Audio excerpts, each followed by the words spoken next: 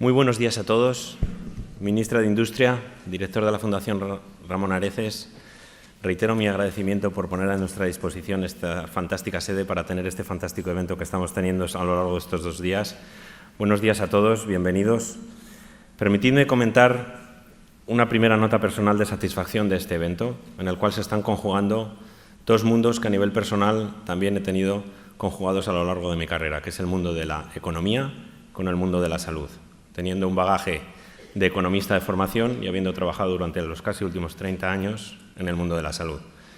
Creo que este maridaje perfecto que estamos mostrando refuerza mucho el mensaje principal con el que nos quedamos ayer, que es el alto valor para la sociedad que tiene la inversión en la sanidad y, por consiguiente, la inversión en medicamentos y en la investigación que los llevan a cabo.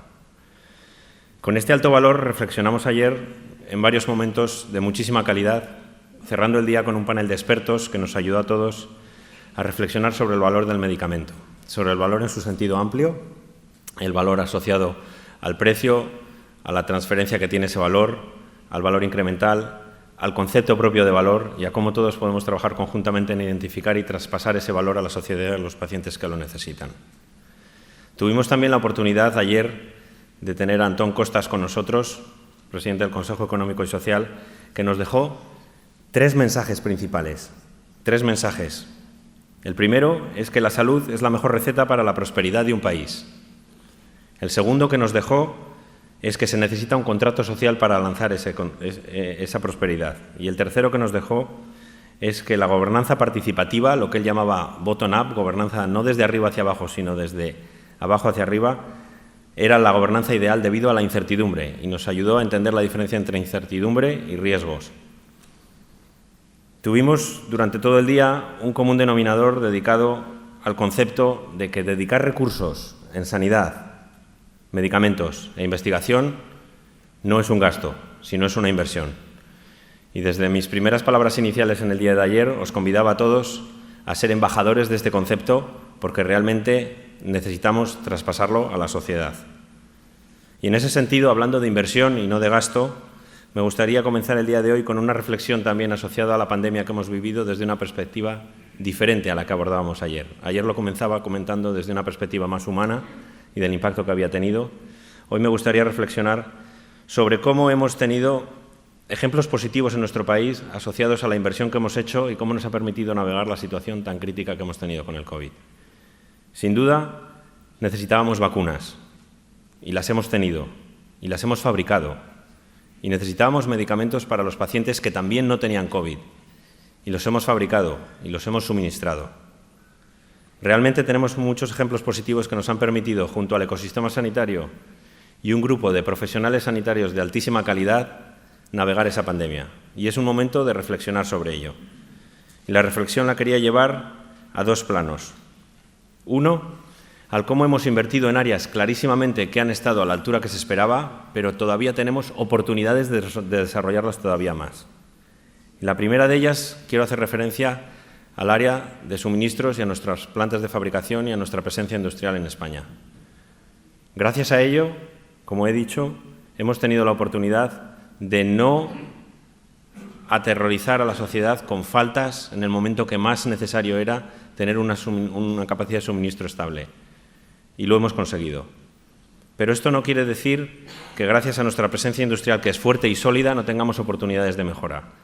Os invito a todos a reflexionar sobre el estudio de ManageArt que hemos incluido dentro de los dosieres del evento, donde tenemos algunos datos clave de nuestra presencia productiva en España, con más de 103 plantas en medicamentos de uso humano, con más de 37.000 personas dedicadas a trabajar con altísima calidad o con inversiones superiores a 1.000 millones de euros por año.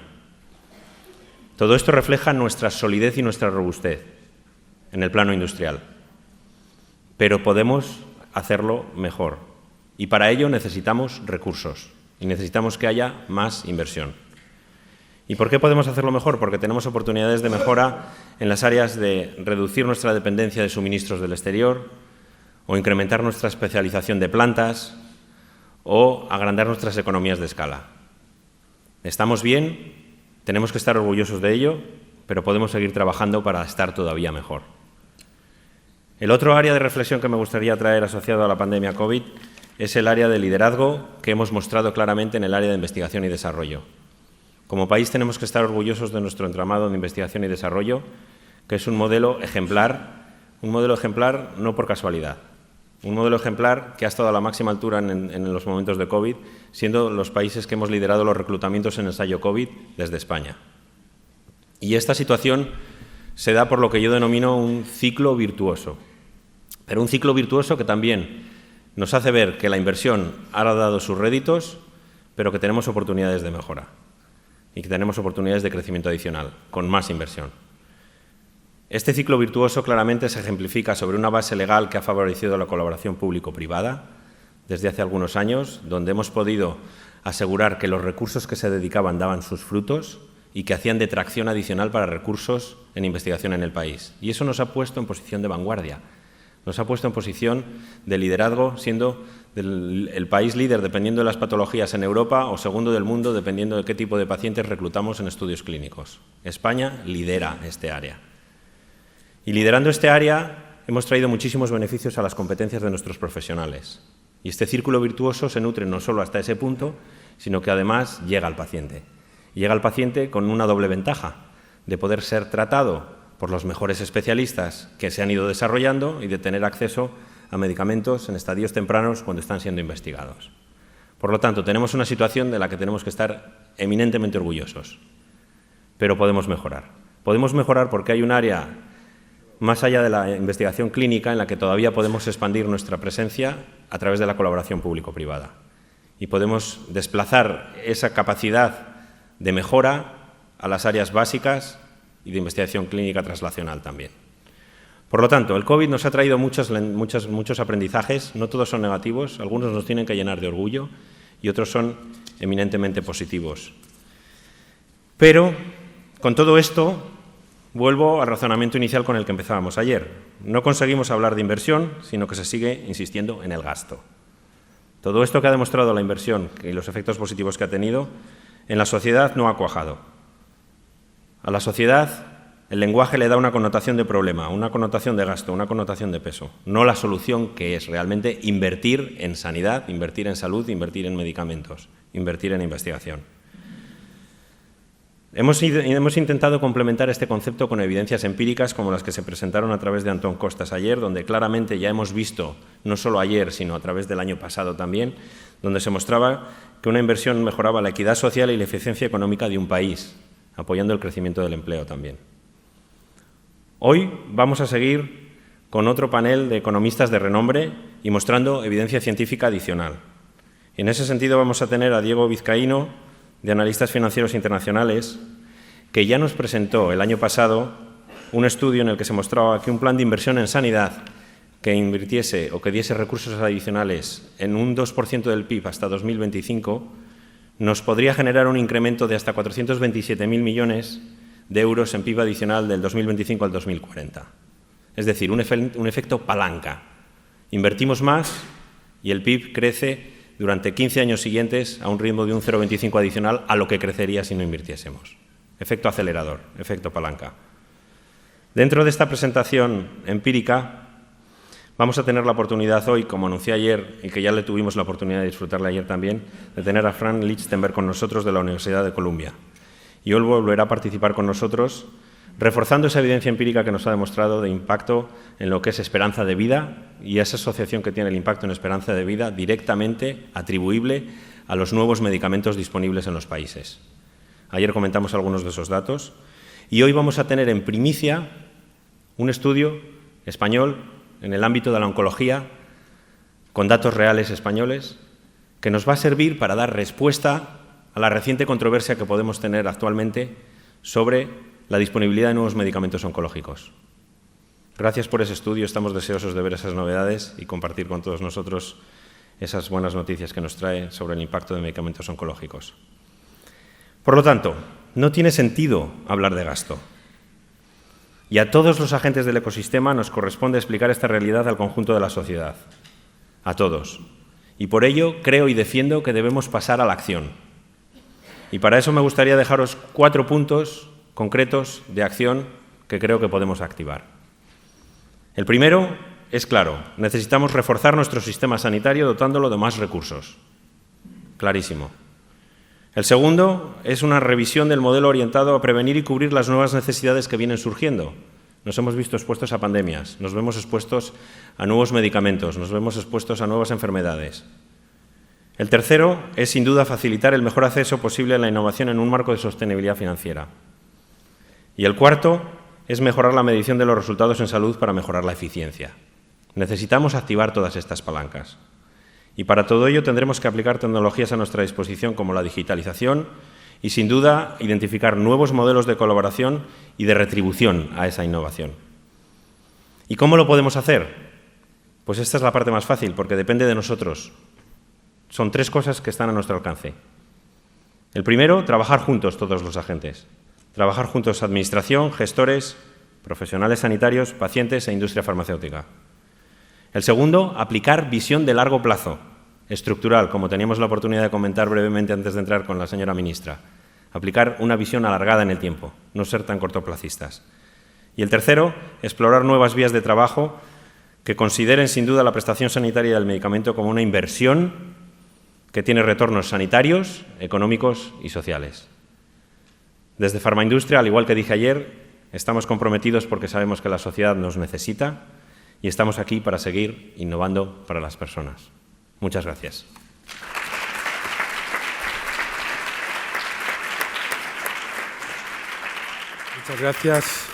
Muchas gracias, Jesús. Cedo la palabra inmediatamente a la ministra de Industria, Comercio y Turismo del Gobierno de España, Reyes Maroto. Bienvenida.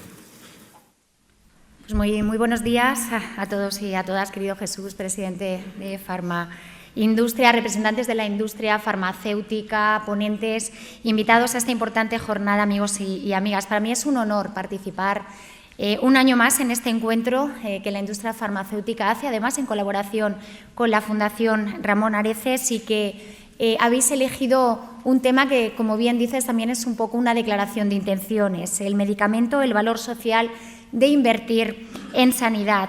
Un tema que nos permite reflexionar, debatir, pero también pasar a la acción para conocer la contribución económica y social que tiene el medicamento y el conjunto del sector farmacéutico, pero también su aportación a la innovación, a las exportaciones, en definitiva, al crecimiento industrial de nuestro país. Comentaba Jesús el maridaje perfecto que hay entre economía y salud, y tengo que decirte que no eres el único economista que se ha dedicado al sector de la salud. Yo, de una manera distinta, llegué a este maridaje perfecto a través de la universidad, siendo profesora de Economía de la Salud, y me atrapó. Ahora he dejado de alguna manera esa investigación para dedicarme a una labor que también es importante, ser ministra de Industria, y además visibilizar, ¿no?, la industria farmacéutica con ese valor social y económico que tenéis. Así que animo a los economistas a que exploren también este sector, porque sin duda creo que contribuimos con una mirada distinta a la visibilidad y a la aportación que hace esta industria en nuestro país y en el conjunto del mundo. Una industria sin duda que es estratégica. Los datos que después va a presentar Diego, amigo, no habéis elegido mejor socio que analistas financieros internacionales, con el rigor con el que trabaja. Van a poner de manifiesto, como decía también Jesús, la capacidad que tiene esta industria para generar empleo de calidad, para innovar, un sector calificado de alta tecnología por su altísima proporción que dedica cada año a la I+D, y un sector también que, además de generar ventas, empleo, producción, pues ha traído a España muchas industrias farmacéuticas, y ese mapa industrial que también desde AFI pues nos habéis dibujado pone de manifiesto efectivamente el momento de oportunidad que también tiene España para seguir avanzando, ¿no? Lo decía Jesús.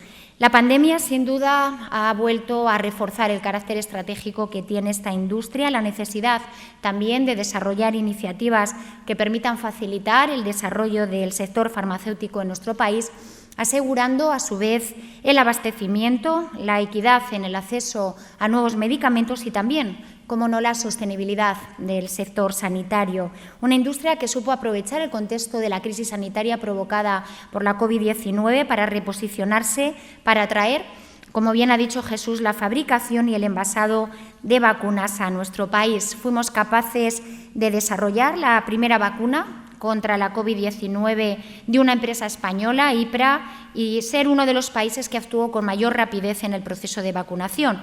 Pero también fuimos capaces de disponer de una reserva estratégica de productos higiénicos sanitarios. Para eso, pues tuvimos que apoyar desde el Ministerio de Industria, Comercio y Turismo los diferentes proyectos para reorientar nuestra industria a la fabricación de determinados productos y equipos higiénicos sanitarios, contribuyendo también a reforzar nuestras capacidades industriales y a mejorar los mecanismos que teníamos de cooperación científica.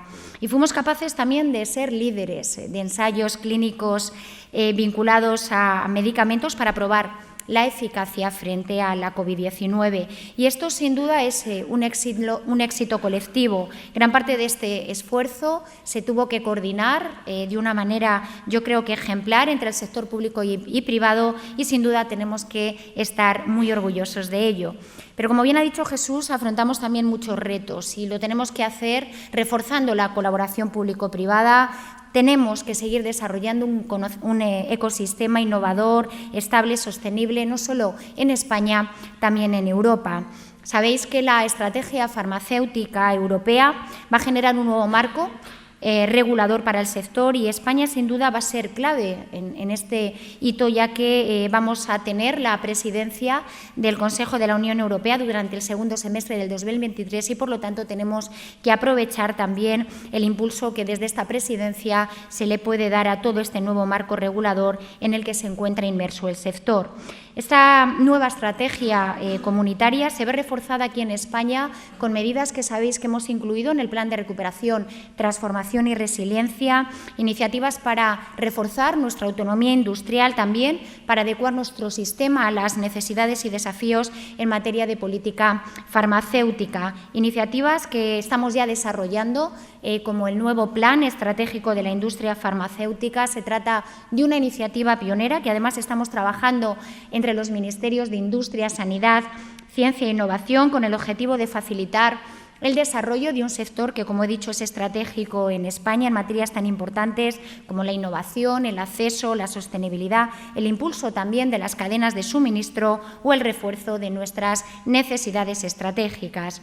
Junto a este gran plan, como digo, pionero, sabéis que también presentamos un proyecto estratégico, el PERTE de salud de vanguardia, una propuesta de presente y de futuro de gran interés para nuestro país, un proyecto que avanza hacia la consecución de su objetivo principal, que es la mejora de la salud, como bien dice vuestro lema, invertir en salud y, en definitiva, la mejora de la calidad de vida de la población.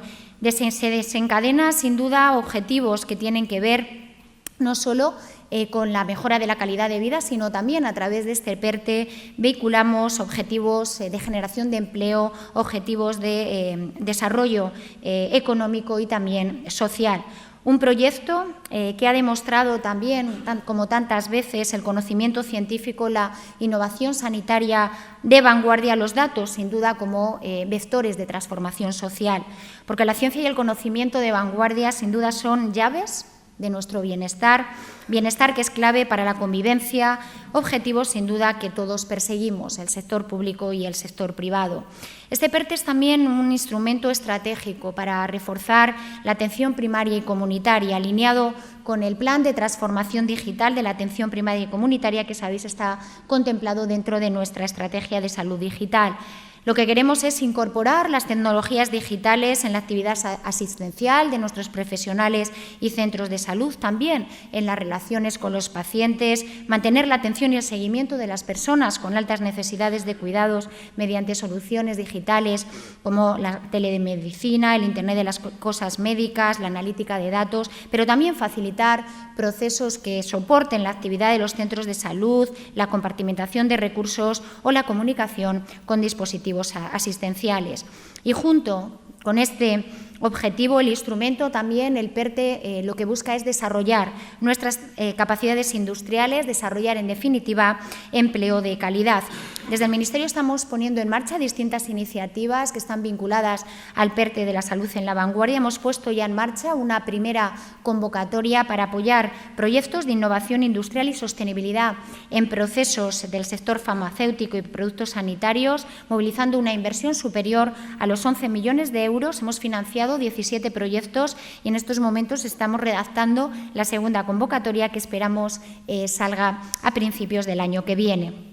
Y para complementar el conjunto de acciones que estamos desarrollando desde el Ministerio, me gustaría hacer referencia a dos iniciativas. Una muy conocida por todos los actores que estáis presentes en este foro, el programa Profarma, que, como sabéis, desarrollamos en coordinación con los Ministerios de Sanidad y Hacienda y que facilita a las empresas nacionales ampliar sus mercados mediante la internacionalización, pero también el uso de nuevas tecnologías en procesos productivos, el desarrollo de la investigación, la potenciación, en definitiva, del compromiso y de la inversión de las empresas en el desarrollo de la infraestructura industrial en España. Cada año, en torno a 50 empresas farmacéuticas os beneficiáis de esta línea y con ello podéis reducir de forma importante las aportaciones que hacéis al Sistema Nacional de Salud. Pero quería destacar un segundo instrumento un poco menos visible en foros como este, y es el importante papel que están jugando los clúster, las agrupaciones empresariales innovadoras, clúster que están en estos momentos desplegando estrategias de innovación, mejorando también la competitividad empresarial también en el sector de la salud. En España, en estos momentos, contamos registrados con 7 clúster en el ámbito de la biotecnología y de la salud, 7 clúster de los que forman parte 597 empresas y que dan empleo a más de 250.000 trabajadores y trabajadoras. Como decía, toda una red vinculada al sector de la salud y de la biotecnología por la que estamos apostando, invirtiendo en la innovación tecnológica, en la digitalización, a través de las distintas líneas que estamos poniendo en marcha financiadas con los fondos europeos. En la última convocatoria, la convocatoria del 2022, hemos financiado 10 proyectos vinculados al sector de la biotecnología y la salud con una inversión de más de 2 millones de euros. Y aprovecho esta convocatoria para pediros que seáis más ambiciosos. Todos los actores que estáis en esta red de clúster tenéis que aprovechar estas líneas para avanzar, para pensar en el futuro y, sobre todo, para presentarnos proyectos que de una manera muy clara están permeando el territorio y, sobre todo, apalancando inversión que llega también a la pequeña y mediana empresa. Todos estos programas tienen, como decía, como objetivo seguir reforzando nuestras capacidades industriales en el ámbito de la salud, en el ámbito de la industria farmacéutica y, en definitiva, contribuir a mejorar no solo la contribución económica, sino también la contribución social que tiene vuestro sector. Y termino ya. En el actual contexto de incertidumbre, desde las administraciones, sin duda, tenemos que generar confianza y reforzar, si cabe aún más, la colaboración público-privada, que para mí, y entiendo que es algo que compartimos todos, es el principal instrumento que tenemos para afrontar el conjunto de desafíos a los que nos enfrentamos con éxito. La industria farmacéutica es un agente clave para cualquier sistema de salud por su aportación fundamental, como decía, la mejora de la calidad de vida, pero también en el ámbito de la industria farmacéutica, con ese estudio que cada año pues, nos ofrecéis a, como decía, la generación también de capacidades industriales. Además, un sector que está en el conjunto de nuestro territorio español, por lo tanto, también tenéis una contribución a la cohesión territorial muy importante. De esa manera, también nos comprometemos con la Agenda 2030 y garantizar una vida sana en línea con los objetivos ODS.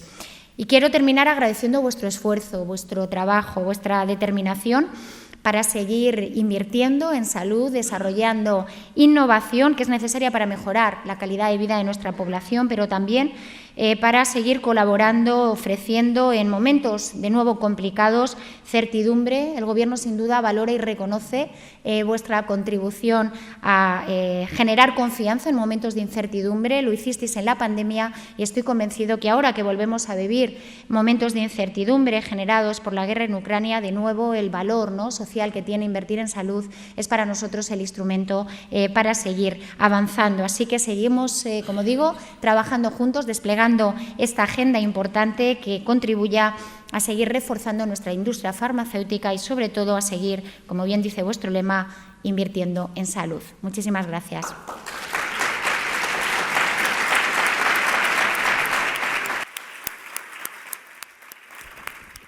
Muchas gracias, señora ministra. Bueno, sin solución de continuidad, ya se ha hablado de que el objetivo hoy es bajar un poco, unos escalones a los análisis que ayer se hicieron en el foro y hablar con mayor profundidad de ese concepto de valor social del medicamento.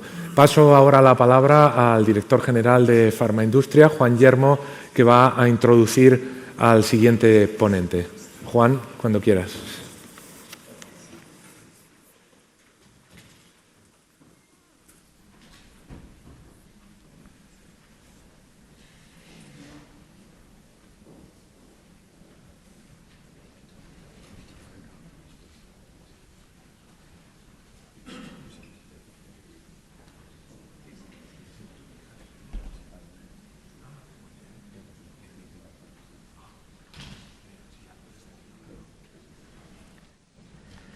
Buenos días.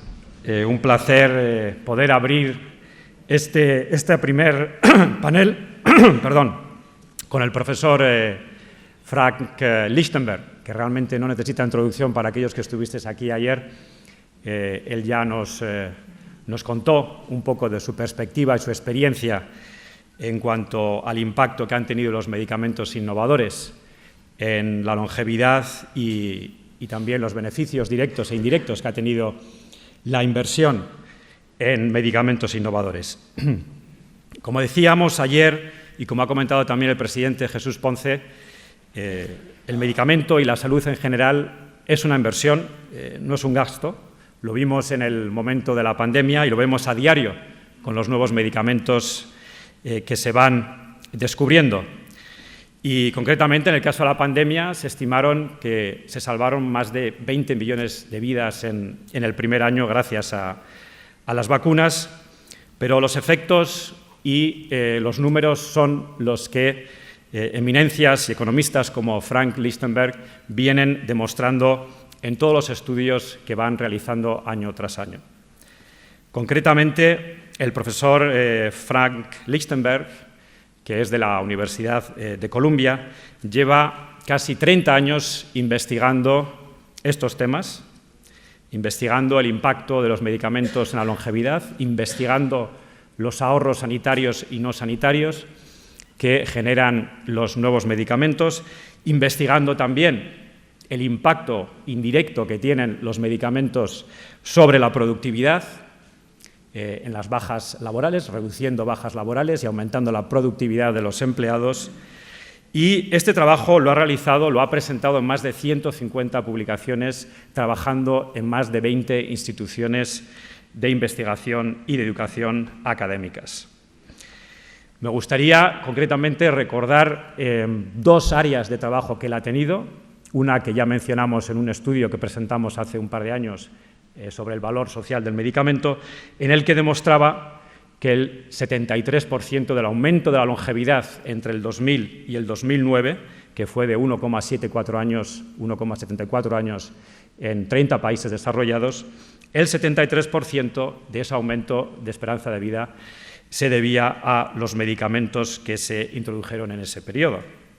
Es decir, casi 1,3 años de los 1,74 años de aumento de esperanza de vida.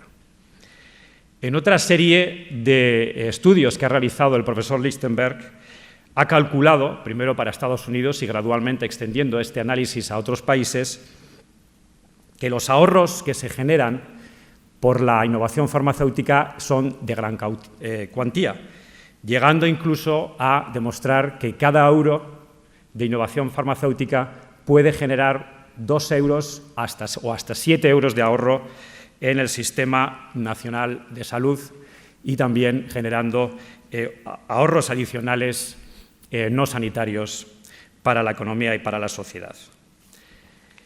También tenemos estudios complementarios que demuestran que los beneficios indirectos en la productividad se pueden estimar también entre 2 a 8 veces del coste de la inversión farmacéutica. Es decir, que si juntamos estos beneficios directos, sanitarios y no sanitarios, con los indirectos sobre la productividad económica, estaríamos hablando que, como mínimo, cada euro genera 4 euros de beneficio económico.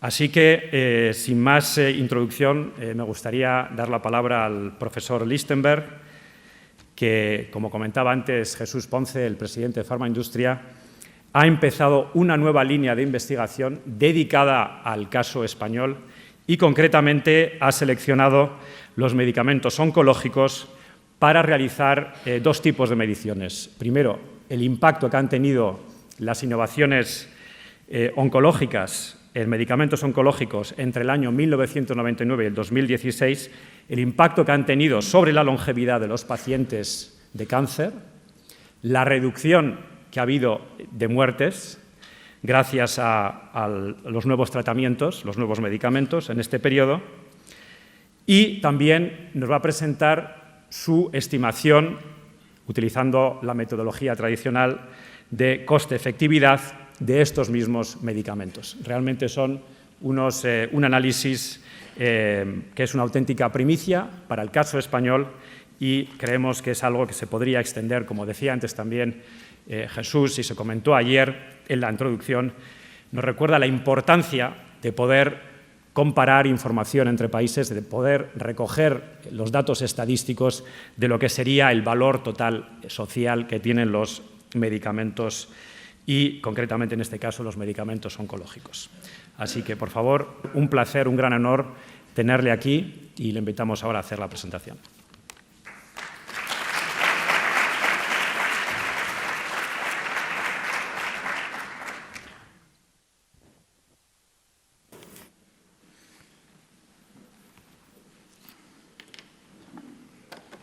Bueno, buenos días.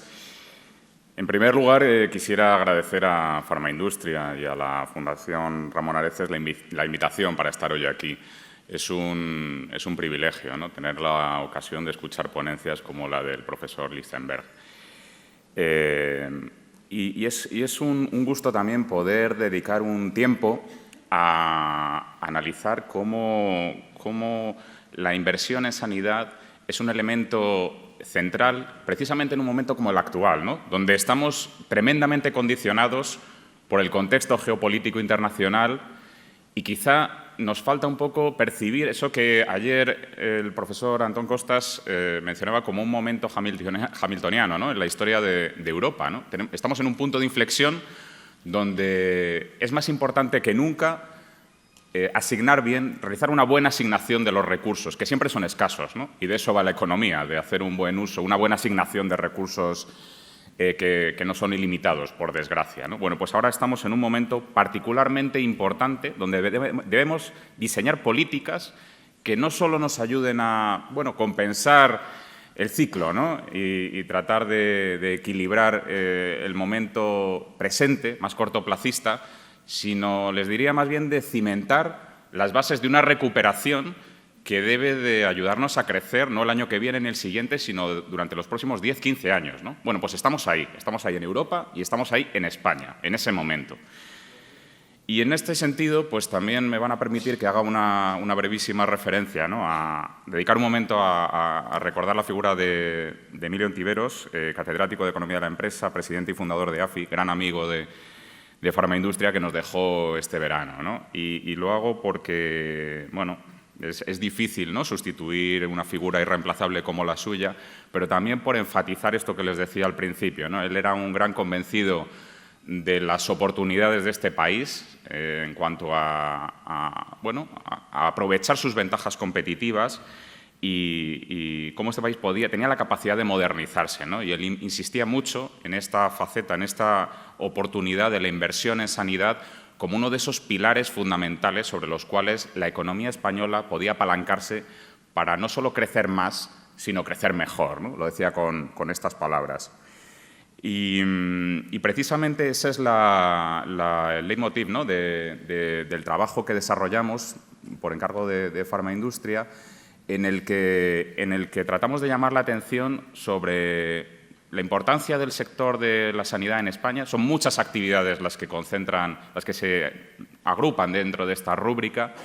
También es importante distinguir las externalidades que la existencia de estas actividades en España presta al conjunto de la economía. No verlo como un nicho, sino como algo que permea, trasciende, distribuye sus efectos positivos para el conjunto de la economía y de la sociedad.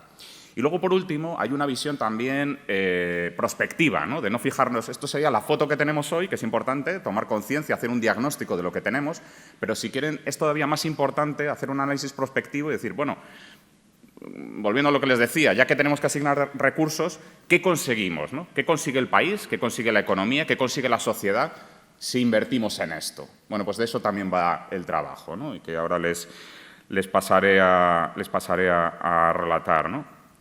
Y también una breve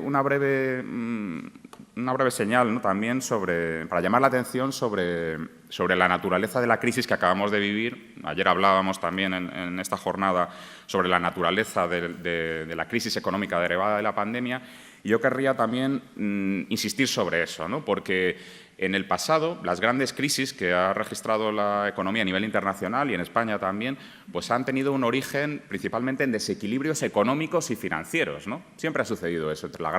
Si miramos hacia atrás, ¿no? La gran recesión, la Gran Depresión, quiero decir, la crisis de 2008, todo tiene ese punto de origen en ese tipo de desequilibrios, ¿no? Bueno, pues con la pandemia no ha sucedido así, ¿no? Es un origen de salud que tiene como consecuencias importantísimos impactos en términos socioeconómicos a nivel global, ¿no? Bueno, pues esto nos ha llamado a los economistas a la reflexión, ¿no? Quizá ya se venía hablando de esto, pero ha desvelado, digamos, algo que estaba ignorado, ¿no? A lo que no prestamos suficiente atención, que es la importancia de la salud para la economía, ¿no?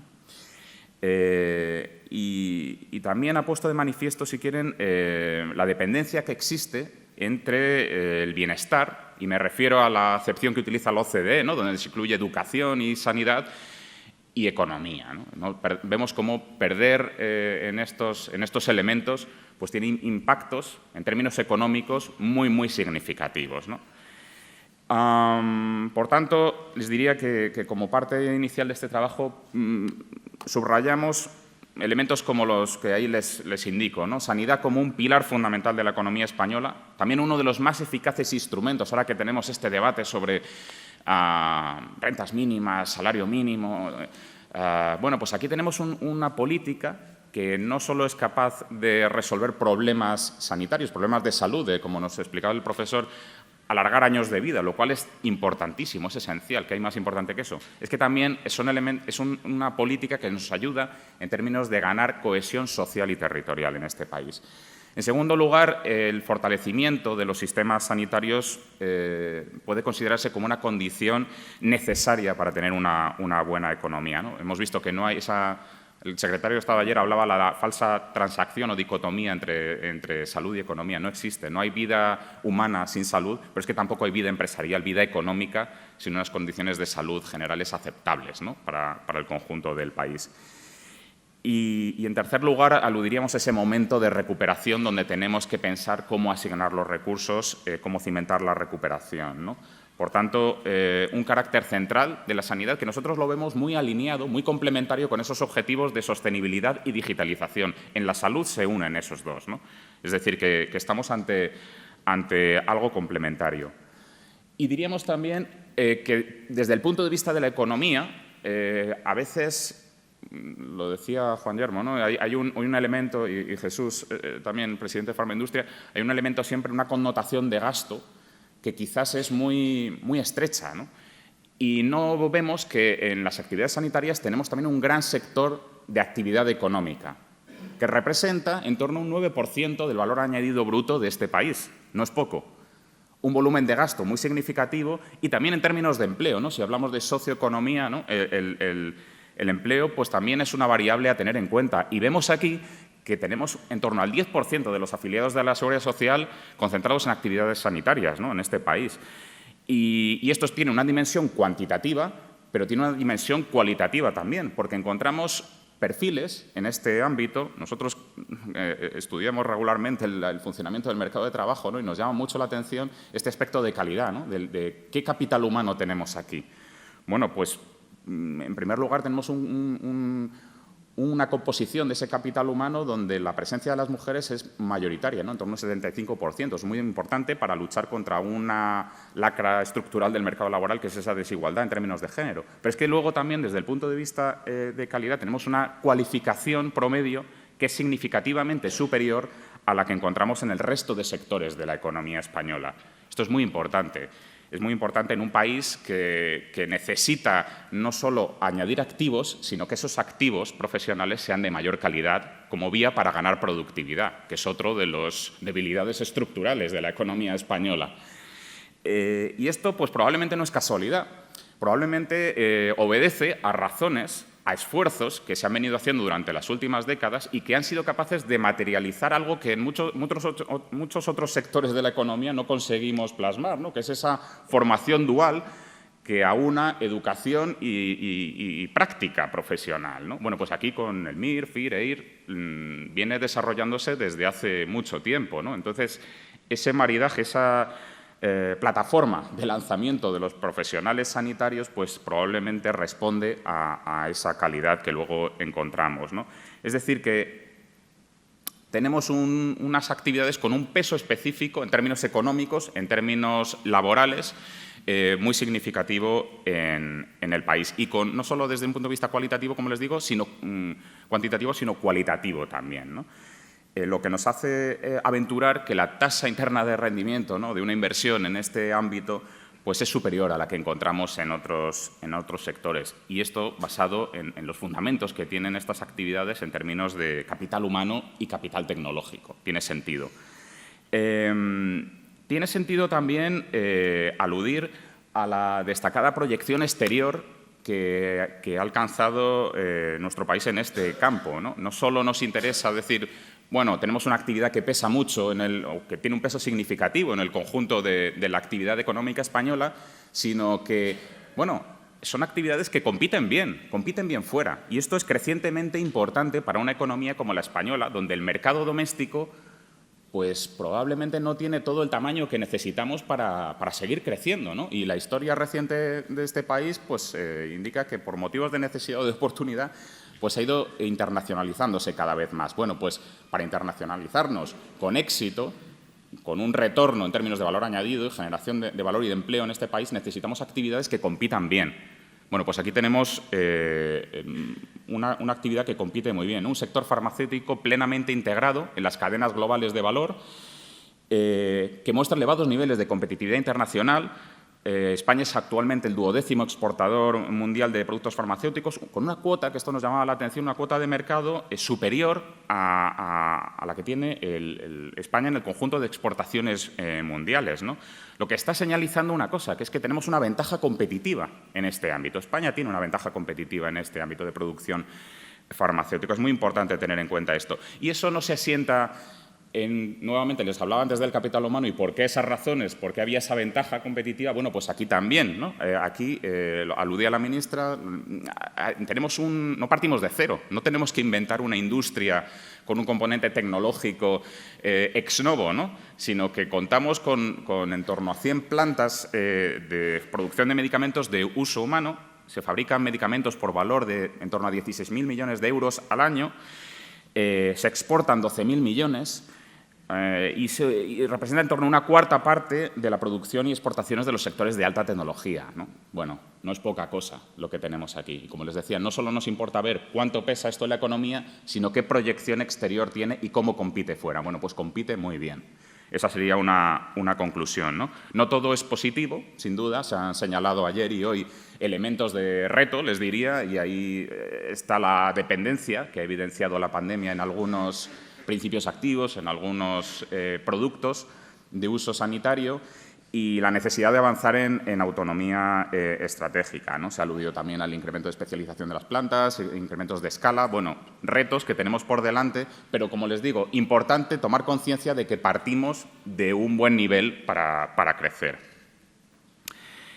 Otro elemento que destacamos es la intensidad en innovación, ¿no? Esto es realmente importante también.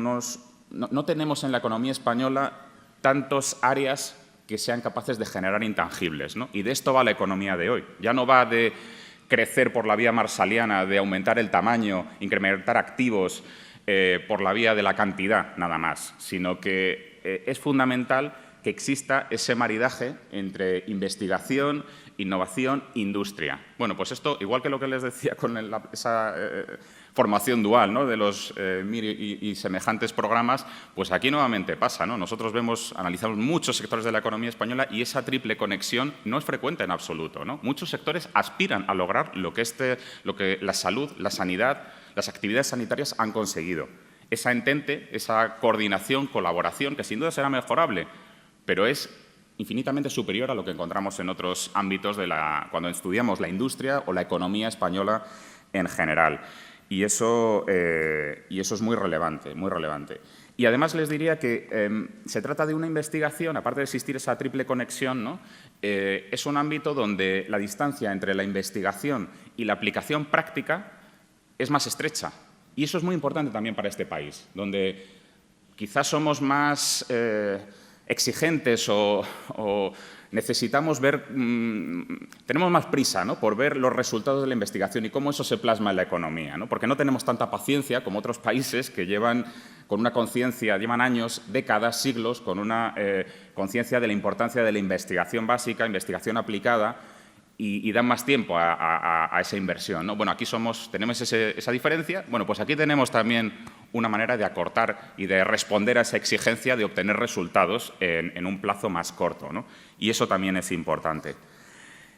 Y les diría, no es un sector, además no son actividades las relacionadas con la salud desde el punto de vista económico que estén aisladas, ni muchísimo menos. Y esto también es importante, porque a la hora de invertir podríamos decir, bueno, desde la óptica de un decisor de política pública, bien, me habéis explicado que esto tiene un peso específico, tenemos ventajas competitivas, yo si pongo €1 aquí va a tener un retorno muy razonable, pero está aislado, no tiene conexión con el resto de la economía. Bueno, pues en nuestro trabajo también hemos tratado de evidenciar que en las actividades sanitarias, en la salud, existe una interconexión, un eslabonamiento interindustrial, llamamos, en economía, entre las actividades sanitarias y el resto de la economía, ¿no? Hablamos de €1 invertido en investigación sanitaria, genera en la economía 1,6 euros de valor añadido bruto, directo, indirecto e inducido. Cada €1.000.000 invertido en el sector contribuye a la generación de en torno a 16 empleos. Es decir, son efectos tractores que trascienden al propio sector y hay actividades de servicios, actividades industriales, ingeniería, que se ven beneficiados gracias a la inversión y la actividad de las actividades sanitarias. Esto es muy importante, ¿no? Considerar al sector, a estas actividades, como inductor de efectos multiplicadores que llevan a aumentar la eficiencia y aumentar el crecimiento potencial de nuestra economía. Es decir, que no solo va a tener retorno €1 invertido aquí, sino que va a beneficiar a muchas otras actividades que están en el ecosistema, que están en un perímetro, si quieren, un poco más exterior del propio sector sanitario, de la industria farmacéutica. Bueno, pues más allá de eso también se riegan, digamos. Hay una lluvia fina de efectos económicos, de efectos socioeconómicos que se derivan cada vez que ponemos €1 en este tipo de actividades. Y estas externalidades también, bueno, aquí es una referencia también al nivel de gasto, ¿no? Cómo se emplean con eficiencia los recursos en España, ¿no? No somos de los países que más invierten, no somos de los países que más gastan, pero tenemos un uso bastante razonable, bastante eficiente de los recursos. Y esto también pues, merece ser mencionado a la hora de, como les decía, tomar decisiones sobre la asignación de recursos. Y otra cosa que hacemos en el trabajo es tratar de profundizar en las externalidades positivas que se derivan de la existencia de las actividades sanitarias y de esa pujanza, de esas buenas condiciones o ventajas competitivas que tenemos en el país.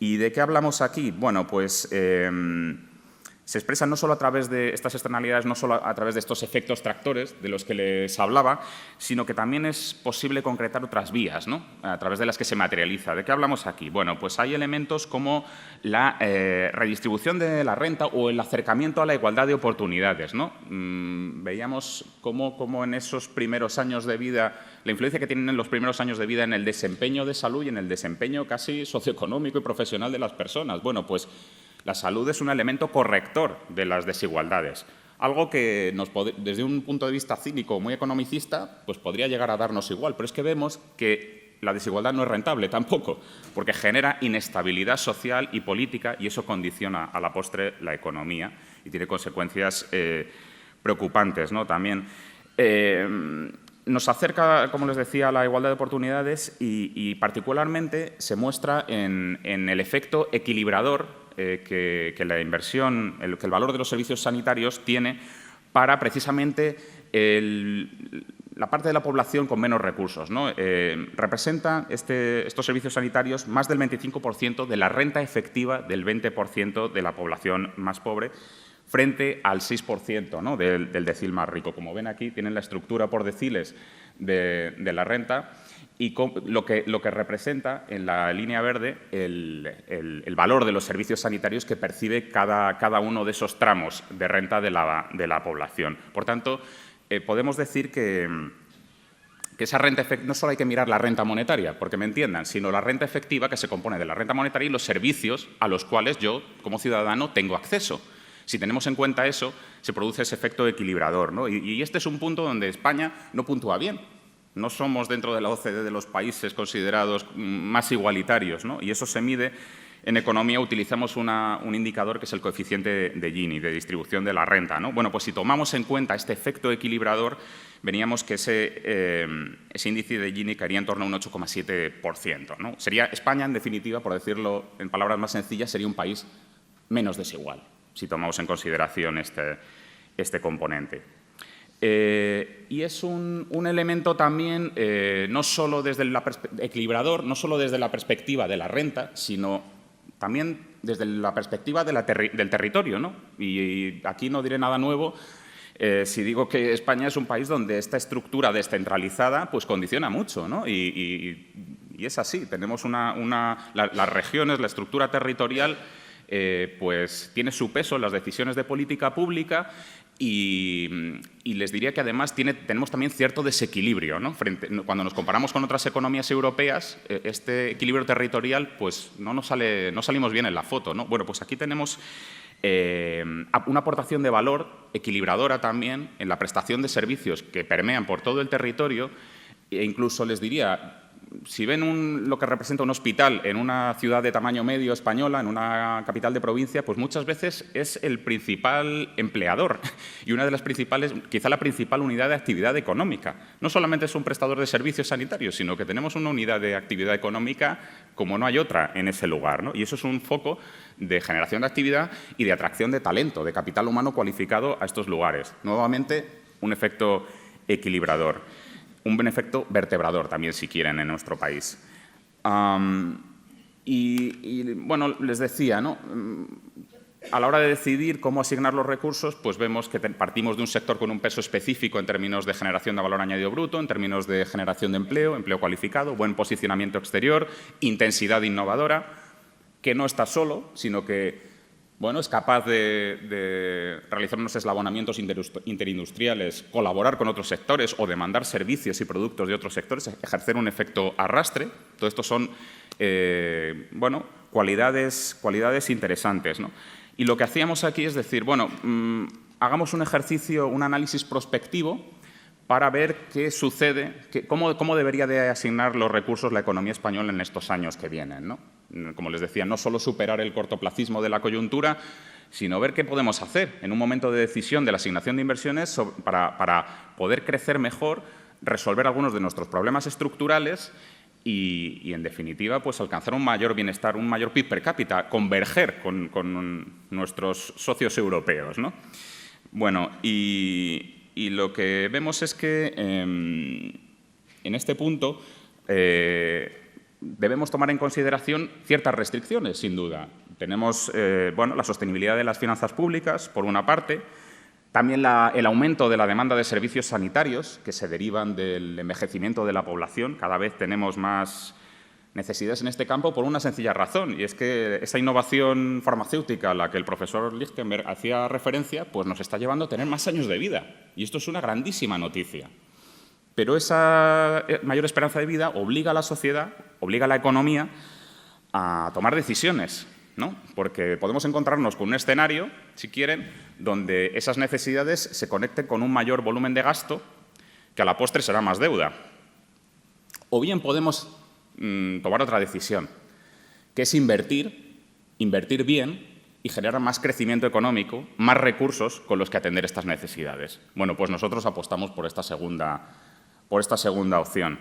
Y por eso aludimos a esos dos escenarios, ¿no? Uno inercial, en el que no se toman decisiones sobre la asignación de recursos públicos, seguimos como estamos, ¿no? Vamos creciendo, con ese gasto sanitario, inversión en sanidad más o menos alineado con el crecimiento del PIB. O tomamos otra decisión, ¿no? Un escenario alternativo donde aumentamos el gasto público, la inversión pública en sanidad en torno a 2 puntos de PIB en el escenario que Jesús les comentaba al principio, ¿no? Y ese escenario inercial no es que no tenga costes, ¿no? Sí que los tiene, porque hay un coste de oportunidad de no aumentar la inversión en sanidad. Y es que, según nuestras estimaciones, pues bueno, este año vamos a crecer al 4,5, el año que viene 0,9 probablemente, luego nos situaremos al año siguiente en niveles en torno al 2%, pero nuestra demografía es la que es y nuestro mercado de trabajo es el que es y parece razonable pensar que nos vayamos a ir situando en niveles en torno al 1,7, hablamos en 2027 y luego ir cayendo hacia el 1,3, ¿no? De crecimiento del PIB, con toda la dificultad que tiene generar escenarios económicos a largo plazo. Pero un escenario donde la demografía y el envejecimiento de la población nos condiciona mucho, ¿no? Es decir, que ese escenario inercial se ve afectado por el retroceso en la contribución del factor trabajo. Es difícil, ¿no?, que sigamos incrementando la población activa y eso nos lleva a que el crecimiento económico pues, pueda ir perdiendo vigor, ¿no? Y frente a eso, pues tenemos un escenario alternativo en el que apostamos por una inversión de esos 2 puntos de PIB en el corto plazo para actuar sobre algunos de los determinantes del crecimiento, ¿no? Aquí partimos de el enfoque metodológico ha sido utilizar una función de producción agregada donde tenemos, si recuerdan sus clases de economía, pues factor trabajo, factor capital y la productividad total de los factores, ¿no? Bueno, nos hemos concentrado en el análisis del factor trabajo y cómo la inversión en sanidad afecta a este factor de crecimiento. Y ahí tienen esos tres elementos: aumento de población activa, aumento de la duración de la vida laboral y aumento de la productividad, ¿no? Como les digo, se trata de analizar los efectos macroeconómicos, de elevar en esos 2 puntos de PIB los recursos destinados a sanidad en España y ver qué efectos conseguimos en 2040, ¿no? En primer lugar, en este punto de aumento de la población activa, pues vemos que no solamente hay un problema de insertar más recursos, más personas en la población activa, sino que año a año sufrimos mucha pérdida de horas de trabajo derivado de afecciones pues como lumbalgias, como depresión, como ansiedad, que hace años a las que no prestamos atención y cada vez prestamos más atención, ¿no? Cada vez somos más conscientes de los efectos no solo médicos, sanitarios, sino también socioeconómicos que tienen este tipo de circunstancias, ¿no? Y que conllevan pues el pago de prestaciones por incapacidad que puede ser temporal o permanente, hasta el punto de que representa en torno a 8.500 millones de euros al año en España. No es una cantidad pequeña, pero es que además ha aumentado un 16% en la última década. Es decir, que estamos ante un problema serio para la economía española y que se va agravando, ¿no? ¿Y qué vemos aquí? Que la inversión en sanidad puede ayudar a reducir la duración, la existencia y la duración de estas incapacidades, pues gracias a un mejor tratamiento o gracias a la prevención, si quieren. Esto sería el primer elemento que hemos modelizado. En segundo lugar, nos encontramos con que, les decía, los avances médicos, farmacéuticos, los nuevos medicamentos han conseguido alargar la esperanza de vida. Pero no solo es importante eso, sino que es importante que esa mayor esperanza de vida, esos años que vivimos más, lo cual es una buenísima noticia, los vivamos con salud, ¿no? Y esto, pues por un fin en sí mismo, porque queremos estar sanos y vivir mejor, pero también porque nos permite promover medidas de alargamiento de la vida laboral. Y esto es esencial para que podamos sostener ese incremento de la tasa de actividad, que, como les decía, en ausencia de estas inversiones, irá menguando.